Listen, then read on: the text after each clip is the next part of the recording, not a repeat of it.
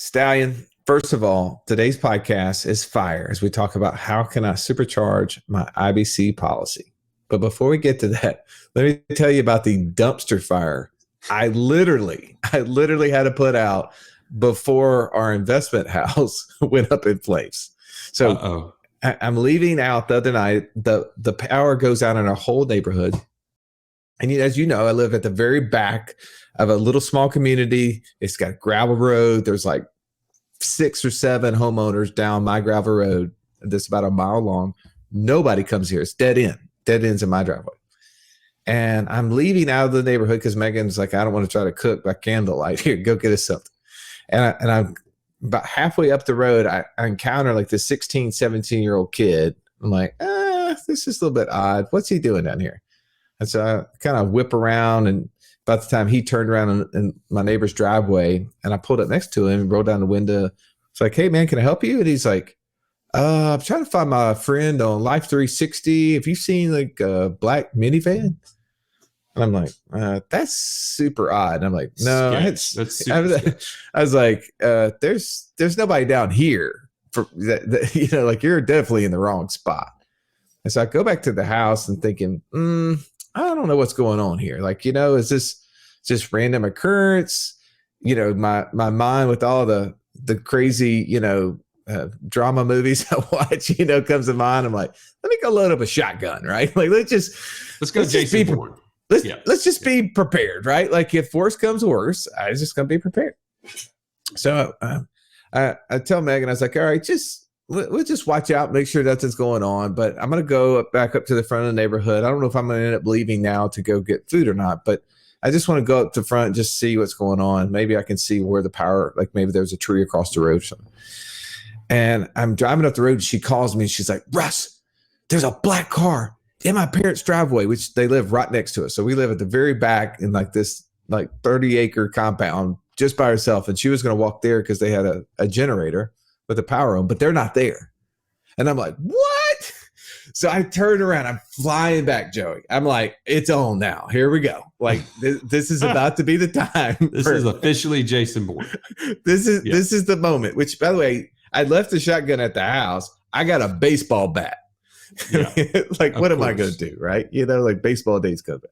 And so I'm flying down my driveway and all of a sudden here comes the car. And I'm like, okay, let's see what's going to happen. And about that time, right as I was about to get there, you know, like drama at its all-time high, my wife calls me. It's like, crisis averted. It's our niece. She just drove over from my sister's house to use the bathroom since the power is out at their house. And I was like, oh, okay. So heart rate was at like 170. Right. And it's like slowly coming back. And I'm like, all right, man, wow, that was a little tough. So I'm going to drive up to the front of the neighborhood anyway, finish the thing I said I was going to do. I pull up in front of the house because the house that you and I bought, the investment home that you all have heard us talk about, the one that we're going to make this fabulous short-term rental with luxury accommodations. We were going to be able to host wedding parties and family reunions and other people. It's going to be amazing.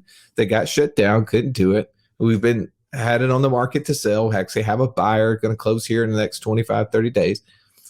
I pull in front of it, and it's got a traffic cone, Joey. It's got a traffic cone, an orange traffic cone sitting in the driveway. Okay. That's like super odd, right? Like you don't get that. And I know, by the way, this story's getting long, but trust me, you're going to stick around for this. So I'm like, what is going on? And then off to the side, like in the trees, like off the gravel road are 2 cars. And one of them was not the little car that I passed, the little guy on the road. The other one was not the black minivan, but 2 other cars. And so I really back on high alert again. I'm like, uh-oh. And Megan's talking to me on the phone. I was like, go ahead and call the cops. I don't know what's going on, but something's going on. And I drive up a little bit, and all of a sudden I realize what was going on. I start seeing taillights up on where the paved road coming out of the real neighborhood into our little back like gravel road community. There's taillights. I drive up there and there's like 20 cars stacking up on that road, parking with 16 to 17 and 18-year-olds jumping out. What? Yeah. And I'm like, I pulled up right next to this little girl and I was like, what are you doing? And she's like, I was like, yeah, your party just got busted. The cops are on the way. You better bolt before they get here. You're going to get in trouble. And I pull up next to these two other kids that are walking up. I tell them the same exact thing. So I flip around. I drive back up in front of our house. I start honking the horn at those two cars that were parked there, like, get out of here. And they're like looking at me like, what? Like, you guys got to be the dumbest bunch of kids. Like, get out of here. So the cops finally come. The kids had marked the house with the orange cone. They had marked the entrance into our, again, pretty remote neighborhood with orange cones. And they had obviously been telling their friends and like spotting it with like Life 360 to get there. Cause it's not like you don't put the address in and get there really easy. Probably they didn't even know what the address was. And so the cops come, we go around the house. They had broken into the house. The back door is wide open. One of the windows had been, I guess, unlocked somehow and lifted up. And that's how they got into the house. And they were getting ready to throw a rager in our house. Our investment property. Like this house we're selling for like what 1.4, 1.5 billion dollars. They were getting ready to throw a dumpster fire in there. So it was crisis averted. I don't know how many were in there before we came. Thankfully, it looked like the majority of them were just on the way. Just getting there, yeah. So thankfully we were able to catch it. I don't know what that has to do with Supercharge and our policy, but I was like, everybody wants an update on what's going on with that house. Like, are you guys selling it? Well, yes, we're selling it. Yes, we're going to make a profit on it. And yes, we kept it from burning to the stinking ground because it's probably what would have happened if I not got in there. Oh, my goodness. Well, thank you for being there, Russ, for being the hero that you are and bringing that baseball bat, because without that, you really probably couldn't got those guys out of there. But. Hey, by the way, I'm sitting outside the car as the cops are waiting with the baseball bat. And he walks up, he's like, baseball bat, huh? And I was like, oh, yeah. He goes, no, I thought that was amazing. He's like, I love it. He's like, heck yeah, baseball bat. That's great. I didn't know if he was going to be like upset about that or not. But he was like, no, I think that's a great idea. All right, let's jump into this interview. Not the interview, this roundtable podcast. Right now, Joey, pull up the chair. Let's belly up. Belly up.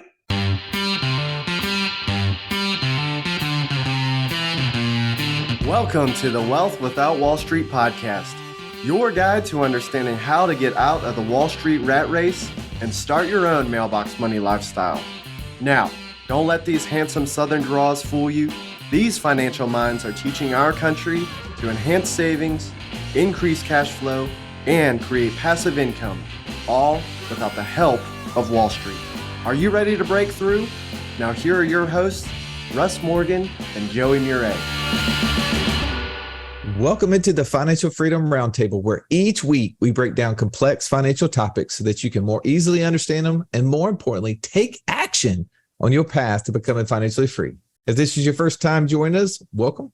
Grateful to have you in the room. I'm Russ Morgan. They call me the idea guy, mostly because lack of follow-through guy just didn't sound so cool to me. Enough about me for the moment, though. Let me introduce you to my co-host, the Italian Stallion. He's got the license plate cover to prove it, Mr. Joey Murray. Stallion, good afternoon. Good afternoon, Russ. What's interesting is today, Cousin Eddie has had some trouble lately. The RV. Yeah, I had to take him into the shop, and of course there was nobody there to take me home, so I had to get an Uber. Okay. I was talking to this girl that was driving me back to my car, and I mentioned to her about our podcast and everything, and then I said, when she was pulling up, I said, "Hey, you see the tag there on the back of my truck?" I said, "That's what they call me on the podcast," and she just started laughing. I said, most people just have to take Russ's word for it. He always introduced me that way on the podcast, but you actually got to see the tag face to face. And she was just like, that is hilarious. So anyway, that happened today. Today, our topic is not about your nickname, self-given, by the way. It's about how can I supercharge my infinite banking concept, policy, or system. Yes, I love that. I'm grateful. Why is this important? Well, I'm grateful for a topic like this because anybody who gets infinite banking, who starts to understand it, it immediately starts to take hold. They say, how can I make this thing go faster? How can I get to the next level? And first of all, let me just be the poo-pooer of your idea. Your one policy, it's not about your policy. Your policy is not going to get better. You can't supercharge it. It's just made to be what it is. But you need to enhance your system, right? Make it bigger and stronger. And that's what we're going to talk about today. All right. That's my first take, at least. Okay. I don't know what we're talking about, but I'm gonna move on before it gets any more awkward in the room. Speaking of awkward, my man, Mr. Incredible, his superpower is speed, financial freedom. The real beauty of that speed is that it's contagious. JD Hill, say hello to your friends. JD. Hello, fans. Thank you, Russell, for letting people know that I'm awkward. Apparently, that was a great intro. I really appreciate that. Thank you. It was really more meant to awkward transition. I made it awkward for you. I don't even think I said fans. I think I said friends. I think I was like between fans and friends. And hey, it's all good. I knew it was going to be awkward. Let's just live in the awkward right now, JD. But speaking of the day's topic, not awkward, why is it important for us to talk about how I can supercharge my IBC policy or system? I think it's important, and this really resonated with me a lot. I think back to when I started my journey with doing IBC in general. Oftentimes, you can set it up, and if you don't do anything with it, you kind of set it on a shelf, and then the initial enthusiasm that you have for it can dwindle or die. And so when we start talking about things like this, it helps us to re-engage with why we set it up to begin with. And it can help to recreate that initial enthusiasm that we had before and why we actually need to go get it off the shelf and start utilizing it and implementing it in our everyday lives and how we can expand our ultimate financial freedom journey. I love that. Now, speaking of taking things off the shelf, let me get around the corner to the retiree of the group, the recently married. Ladies, he is off the table. Mr. Catch Me If You Can, when he's not killing bears with his bare hands or spear diving for tuna, and he's right here dropping gold nuggets, the one and only Mark, the married Haraguchi. Welcome, Mark. Oh man, I was curious how you were going to squeeze that one in there. So, and actually that was appropriate. So, as things change, right? If we're talking about supercharging an IBC system, an IBC policy, if it's good, why not make it gooder?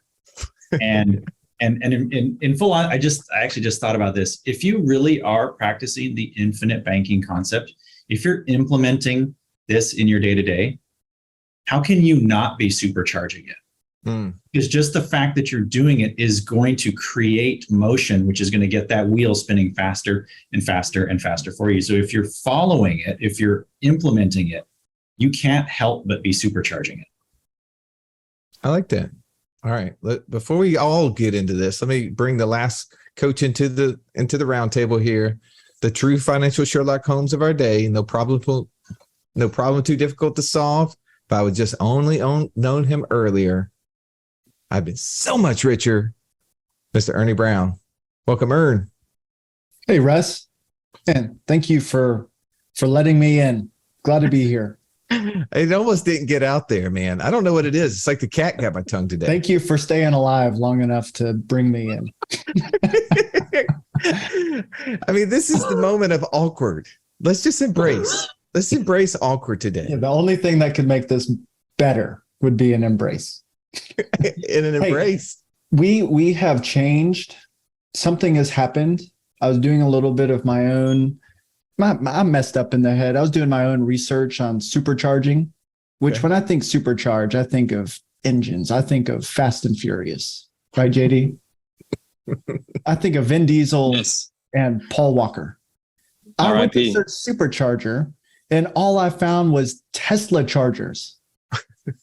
I swear, 5 years ago, we looked for superchargers. We're getting pictures of Vin Diesel, and I'm all about that. but now I'm just getting Tesla chargers. So I don't know how much value I'll be able to add to this conversation because apparently it's 2022. Yeah, supercharging has definitely got a new meaning. And I think today, when I think supercharge, I feel like if you've built a strategy, the next step is to enhance it, right? Like we want to level up. And that's what I believe that today's discussion is about, right? We're gonna break this down from a couple different angles. I think the 3 points that we'll talk about, which are going to be totally random and awkward, since awkward is the new word of the day.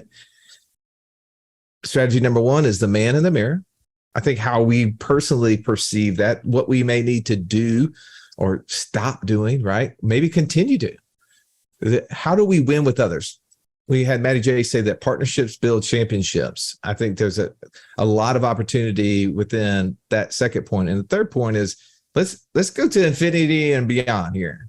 And I think thinking outside of our box, expanding our horizon so that what are the craziest ways that we've seen people supercharge their system? Full disclosure, when we get to that point, don't try this at home. This one needs an expert. This one needs somebody to make sure you're prepared and ready for that. It's not for everybody. But I do want to break that out because there are people out there doing some pretty cool things.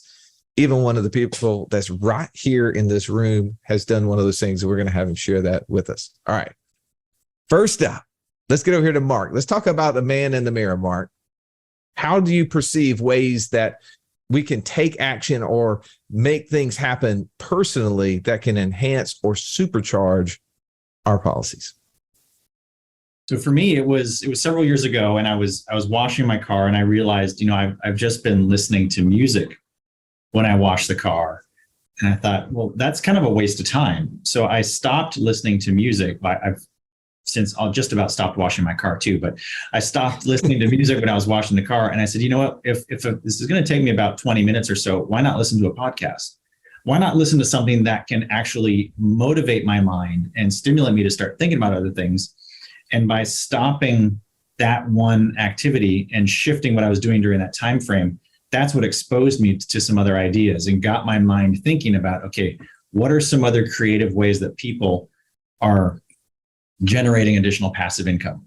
And so that goal, of learning new things, that podcast led to some investment ideas, which led to other things, which led to me being able to exit the workforce on my own terms. So that was me looking in the mirror saying, all right, what small thing can I do to start pushing the ball forward? And that was it. And what you're talking about too, is this a form of habit hacking, right? Like if you have a habit, you have something that you want to embrace, something that you want to put into your life, whatever that may be, maybe a health habit, maybe like you said, it's listening to a podcast. Well, find something you're already doing no matter what, and just attach that thing to it. This is something one of our friends, Sharon Shrivastava, talked about. And this is how I've applied it. Every time I have to go to the bathroom, which is about every 90 minutes, like a 90-year-old grandma. All of you 90-year-old grandmoms out there, you know what I'm talking about. I'm supposed to and need to be getting up and walking around, right? Well, now the bathroom's only like 6 steps for me. That's not that far. So what I started doing is taking laps around my house. My kids are like looking at me. The dog's looking at me like, why are you wandering around the house? But that's what I'm doing. So what you started doing is that every time I wash my car, podcasts, right? So there's something, if you're trying to figure out how to implement a new habit and make sure it sticks, attach it to something like, hey, I want to listen to a podcast. Well, I brush my teeth every morning. I'll just listen to a podcast while I brush my teeth. Whatever that thing is for you, there's a habit hack for you. All right, I'm going to shut my mouth here. I'm going to come over you, JD, right? You've observed people who have stopped doing things and have had successful benefits out of it. Tell me a little bit about that.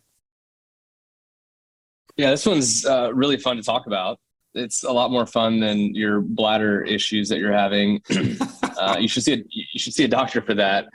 But no, without naming any names, we work with a ton of entrepreneurs and business owners and investors, and was working with this one investor, entrepreneur, and he's like most business owners, and I'm one as well. He's funneling just like everything else, all of his income and cash flow and everything through his business checking account. And as we started collaborating and working through how to actually make all of that work together, one of the things that we realized is that he could actually stop doing that, and he could start utilizing his infinite banking system to run every dollar that he uses for his business, all of his overhead, all of his expenses, to run specifically through his IBC system.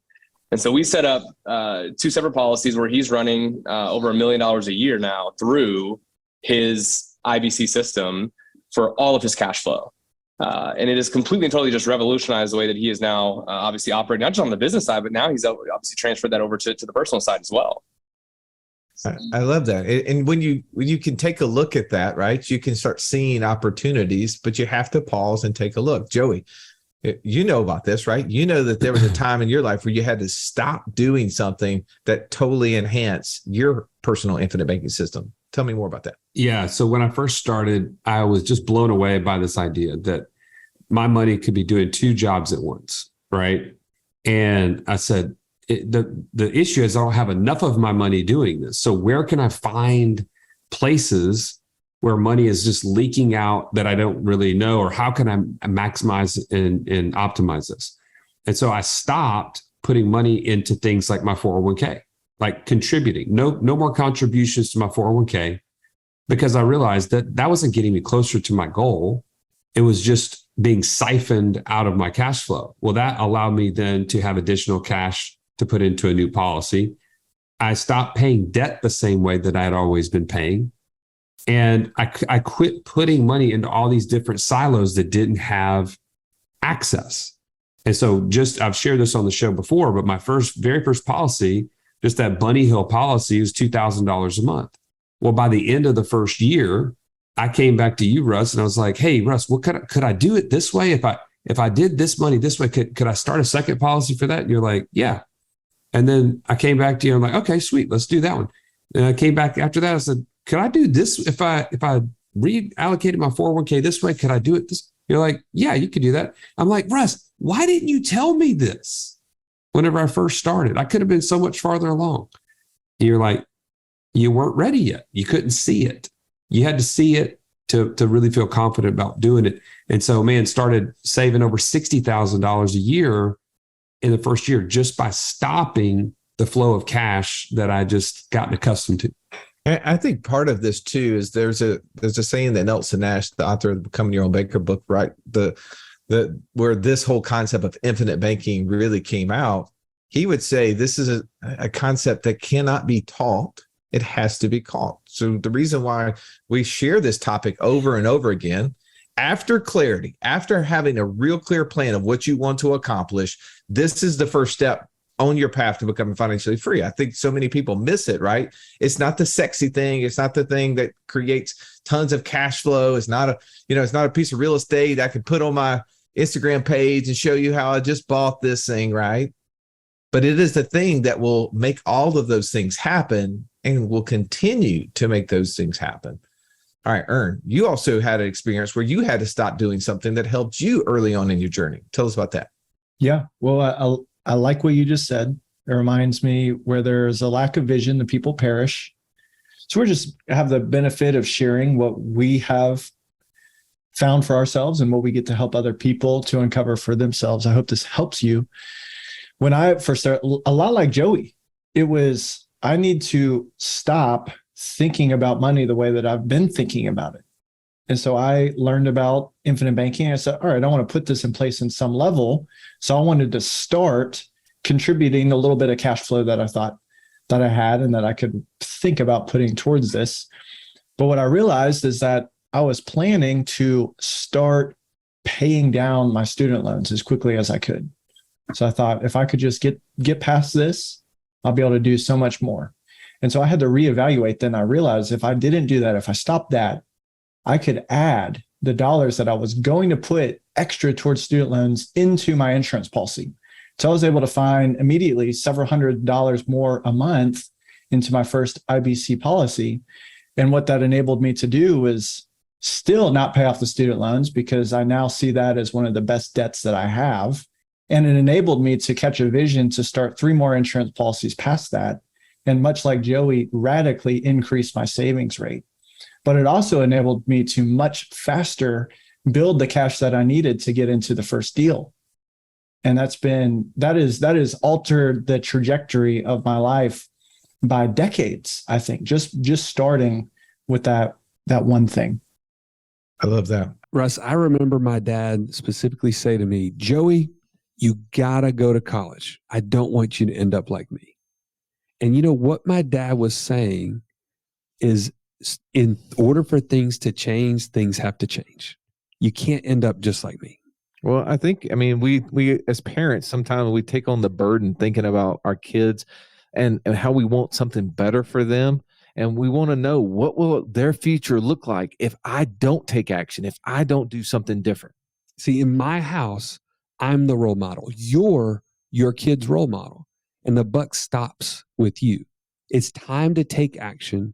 If you're ready to take action, join us at wealthwithoutwallstreet.com/passport and get started on your own journey to financial freedom. All right, let's jump back into this episode. All right, now to true form, right? You guys all said things that people needed to stop doing. I've got to start something, right? I just can't go the stop route. I got to go start route. And here's one of the things I've observed. There's someone who recently joined our passive income mastermind, I don't know, in the last 6 months or so. And when he came to us, he was doing a lot of things right. He had built a decent amount of passive income. He had sold a couple of different businesses.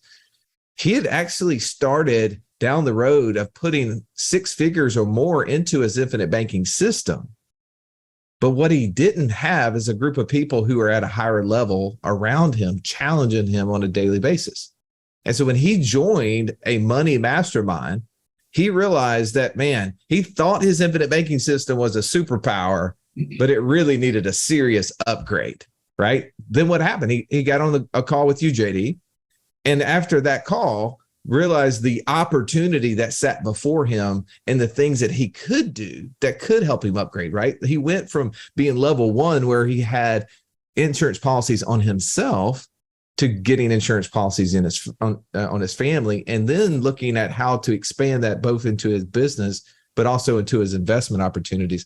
I think that that's another thing that we could do. We can start getting around other people that are higher levels than us, and what they will do is pull us up to that level, right? So I think that's a great idea. Let's move to the next point, which is, how do we win with others? How is it that truly being around others, I kind of was giving a prelude to that. How do you believe, Mark, that others can win by being in partnerships or around in a community of other like-minded people? I know that for me, if I'm in a group, and so for example, the Passive Income Mastermind, and in one of our early sessions for the year, there was an opportunity to do the mastermind and connect with each other and actually share, hey, what is your goal for the year? What are you trying to do this year? What problem are you trying to solve? And so I stated a passive income goal, that I wanted to add X amount of additional passive income. Didn't know how, didn't really know, have a true earmark for it, just that, hey, this was what I wanted to add. Well, in being in that group, being around those other people, having stated the intention, well, now there's accountability. Once you say it, now it's out there, and there are people who are going to be asking, hey, how's it coming along? And then just being connected to other passive income opportunities that actually have now funded that goal. And that goal, which I didn't realize at the time, was 50% of my wife's income. Just by chance, I chose that number. I didn't choose it saying, what would be 50% of what she makes? How would that work out? I was like, no, I had a goal. It was what I had from the beginning. And it just so happens that, you know what? Everything works out for a reason. That was exactly 50% of her income. And she's actually now working 50%. So worked out just fine. I love that. So awesome. So cool. How about you, Ern? Well, I just think back when I first met you guys, I was deciding where am I going to begin working? And my whole life, I thought, I see myself working in a big, enormous corporation and growing to be a big part of that.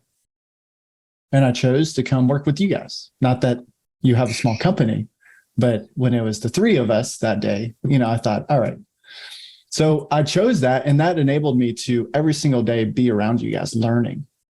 And that helped me to take control of my finances in a way different than I had been exposed to so far. that enabled me to put myself in a much bigger cash position much faster. It also honestly probably enabled me to grow my income much faster had I gone a different route. And that enabled me to meet people that I get to now work around, like you, Mark, and learn and share ideas. And so that put me in a position to say yes to the Passive Income Mastermind Retreat, the first one. And that at that retreat gave me an idea that I didn't think was possible, that I took down and wrestled down. And now we're about to put that deal in place with this land business that we're creating. And that has been all inside of 6 years. And it all comes back to a decision to put myself in a room with you guys and what that's led me to. In all fairness, though, you actually came and there was 4 of us and you were number 5 and you almost didn't make it because you really sucked at the whole hamburger thing. Okay. So, I mean, I'm just going to throw that out there. I know it ended up being just 3 of us because you ran those other 2 guys off. I think they were still mad about the hamburger deal. I am sick and tired of talking about this hamburger. Oh man, there's always these dominoes in our life, right? There's always something, like you just said there, Ernie. One thing led to another thing that led to another thing, and that, to me, when I see this and I say, it's better with others. Like, how do we partner with others? I remember, Joey, you and I don't know how many years ago it was. We went to a podcast movement, which is where like podcasters from all over the world were organizing. We were brand new podcasters. We knew very little. And we attended that event, and in true fashion, like Joey, he finds the most successful people in the room and starts partnering up, right? Like he starts getting into discussion, and he comes over to me and is like, hey, by the way, we're getting ready to head over to this after party with this guy named John Lee Dumas and his fiance Kate Erickson. She said, come on, and we're gonna go to that. I'm like, okay. I didn't even know who that was, right? I mean, the EO Fire podcaster, he has, I don't know, couple million downloads a month. I was like, oh yeah, sounds good. We probably learned something from that guy. and we're there at this little small after party, and all of a sudden another guy, I get to introduce myself, say, hey, how's it going? And the guy says, oh, my name's Pat Flynn. I'm like, okay, cool. I don't know who Pat Flynn is. Oh, that's the guy that's keynoting the whole podcast movement.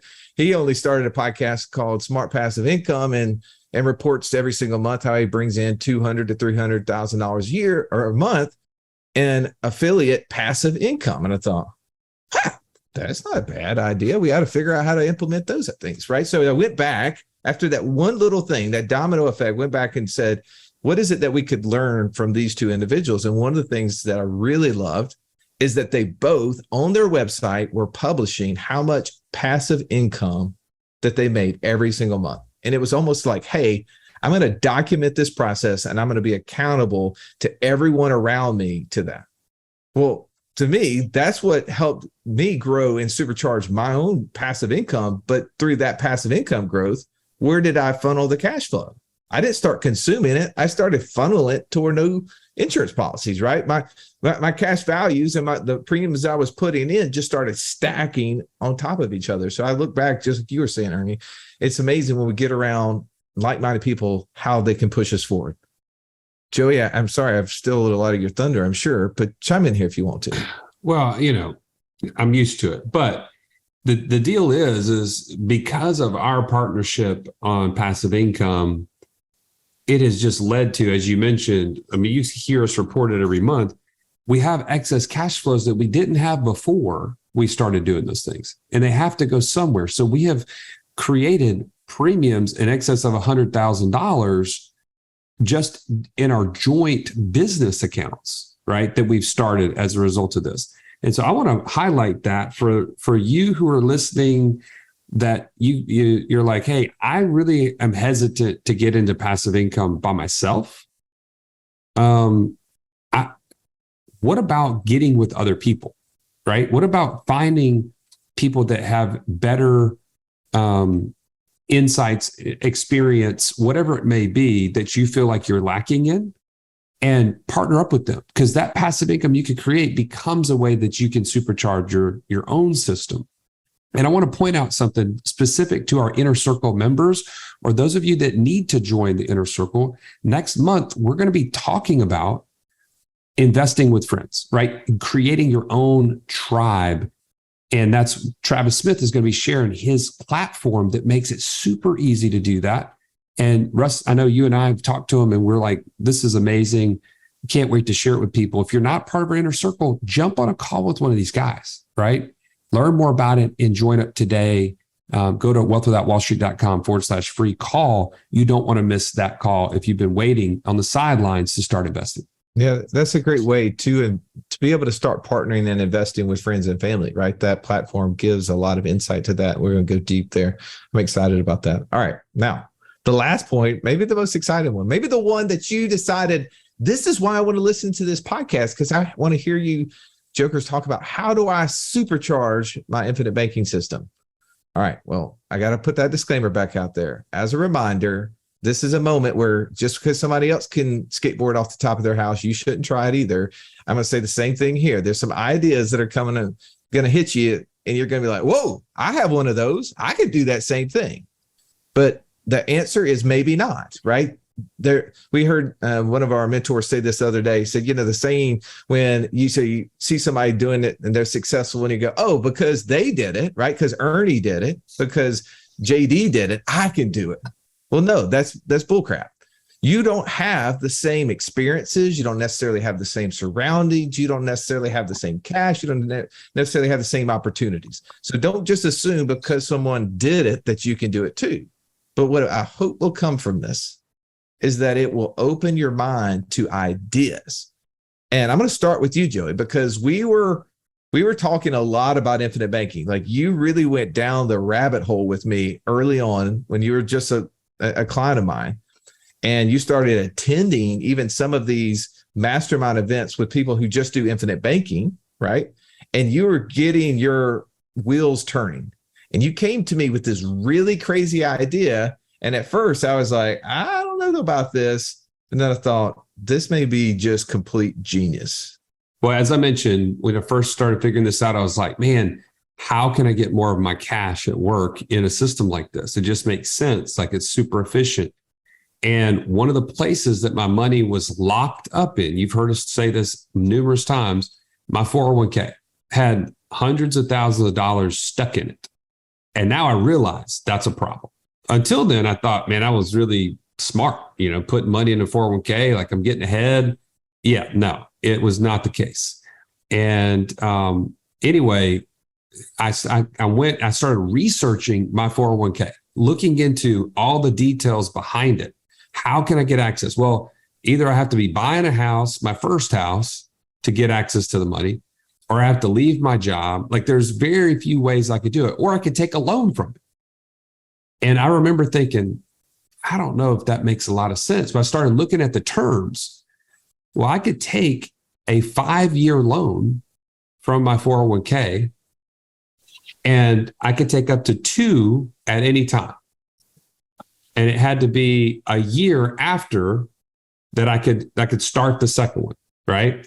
So anyways, this is a little bit more detailed than you probably want to know. But the bottom line is I realized I could take a $25,000 loan today, fund a policy with it, create cash in a new policy, and then if I needed to, be able to borrow from that to pay back the 401k loan. Now, I used my regular cash flow monthly to pay back that 401k loan, and I just allow my policy to grow.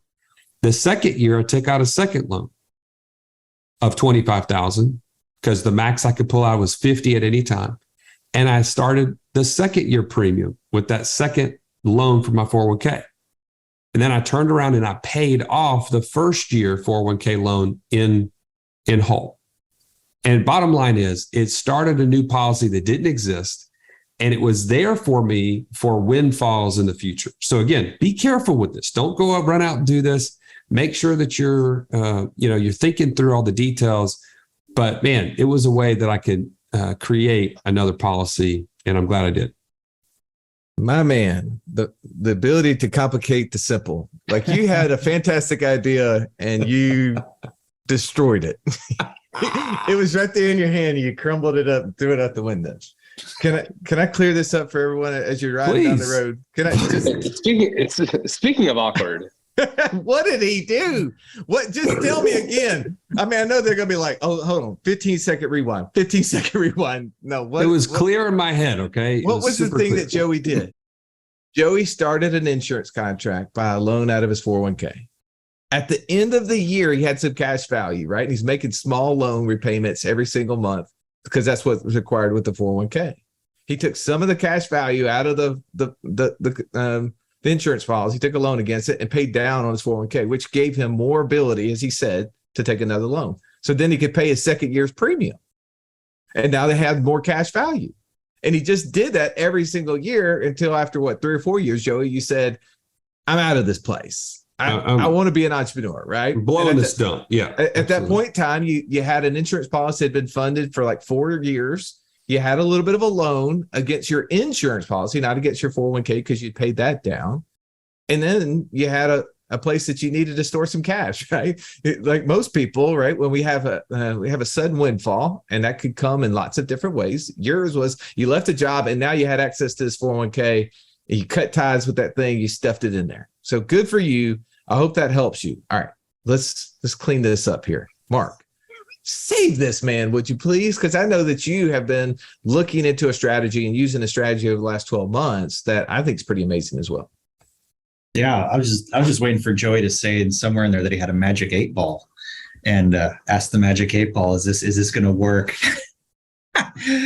Mine was, we'd actually heard about an idea last year, I believe it was, where somebody comes into a substantial windfall.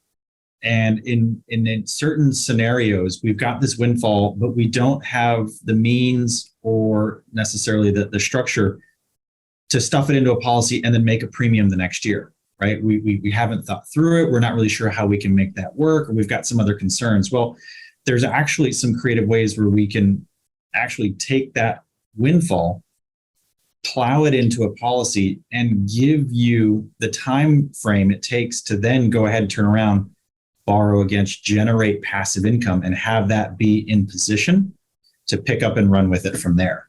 So there are these creative ways to supercharge. And again, probably the best way to figure that out is to hop on a call, explain your situation, and we can work through some of these creative ideas. And again, like we said earlier, it's not for everybody. With great power comes great responsibility. I mean, just ask Spider-Man. So, man, I thought that was Obi-Wan Kenobi. I didn't. Thank you for clarifying. I get my superheroes mixed up. How about you, JD? What do you think? What's one pretty unique strategy that someone has done that's pretty outside of the box that you have seen how they've supercharged their system? Yeah, I think because everything for me is so relevant and close to real estate. And so that's the biggest thing that comes to my mind. And so working with some folks in multifamily syndicators. And so they're coming into big chunks of capital at all times. And they've got money sitting obviously on the sidelines because they need to have them for obviously future deals. And so as we've worked through a number of different dynamics, trying to figure out, okay, how do we take all these different types of capitals that are going to be coming in from these different syndicated deals, but then run them through an IBC system. But we're talking about large, amounts of cash. And so there's limits that the insurance companies will allow you to put on people, right? Based on net worth, income, age, all those types of things. Well, when we can combine that with key man policies as well, right? Where the syndicator is still the owner, they still have access to the cash. And so there's some creative things that we've been able to do from that front of being able to cram as much capital into all these different policies where the main person still owns and controls all of it, and so has access to all of it that he can then deploy into all these other different multifamily deals. And so that's something else that we've been able to look at as well on working with folks in the multifamily space. I like that. How about you, Ern? Yeah, I just bought a index universal life policy.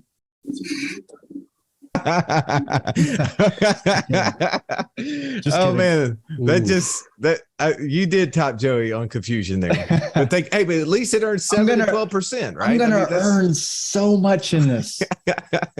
Or I'm going to design it and it's going to be just amazing. The way that I designed it is just if you don't design it this way, you are leaving money on the table. But by the way, everybody, this is Inside Baseball with our group. This is definitely pure sarcasm at its best. Go ahead, Ern. Yeah. Well, we talk about how can we supercharge our system. And by the way, Joey said this, we need to put as much premium into our insurance policies as we need to, right? So now what are creative strategies where we can do that? There's only so much that we need to put in, but we talk about supercharging strategies. We look at cash flows. JD, what is the biggest expense the family pays every single year? What's the family's biggest expense? Define expense, probably the mortgage. Okay. Mark, what is a family's biggest expense every single year? Life. Taxes. Thank you. The biggest expense for the most families is taxes. And for the self-employed person, for the entrepreneur, that is a massive chunk of money that they are setting aside and most likely making quarterly payments on. And if we can take that expense and flow that through an insurance policy and premium, and specifically through a paid up additions rider, we can create the liquidity that we need to put it into the insurance policy, take a loan and pay the taxes. And we can do that at a 50%, or we can do that at a 100% rate. But 50% of my taxes or 100%. Just depends on how big of a hole in the loan balance do I want to create. We can do that for X number of years and then evaluate. Am I selling this business? Is there a windfall that I have expected? Is it closer than I thought it was, or is it further than I thought it was? And have a place to put future cash back into the insurance policy. And just like Joey created a loan balance with his 401k loan for the rest of that money to come out, we can do that with tax dollars, look up down the road and have a massive base of cash values that we can be refilling, flowing our cash flows through. And ultimately, what's this going to do is ask yourself this question. With any of these strategies, any of these expenses that we're flowing through an insurance policy, how much future income is paying those expenses going to create for you? If it's not going through an insurance policy, the answer is zero. So we do this tax strategy and we do this over X number of years and replenish that. We know that at passive income time, we can turn off the premium entirely and create an income stream from that overall growth of cash values. In my opinion, that is one of the greatest strategies that I get to share with people on how to supercharge their system. What is, when you're talking about that, it made me think of it, but unfortunately I'm struggling today, as you all have heard. What is that inventory management system, that the approach where you're not storing a lot of the goods on hand, but is it just in time? Is that, you know what I'm talking about? So we're basically, you're just storing just enough, right, to sell, and you're constantly reordering. Is that what it is? Yep. You know what I'm talking about?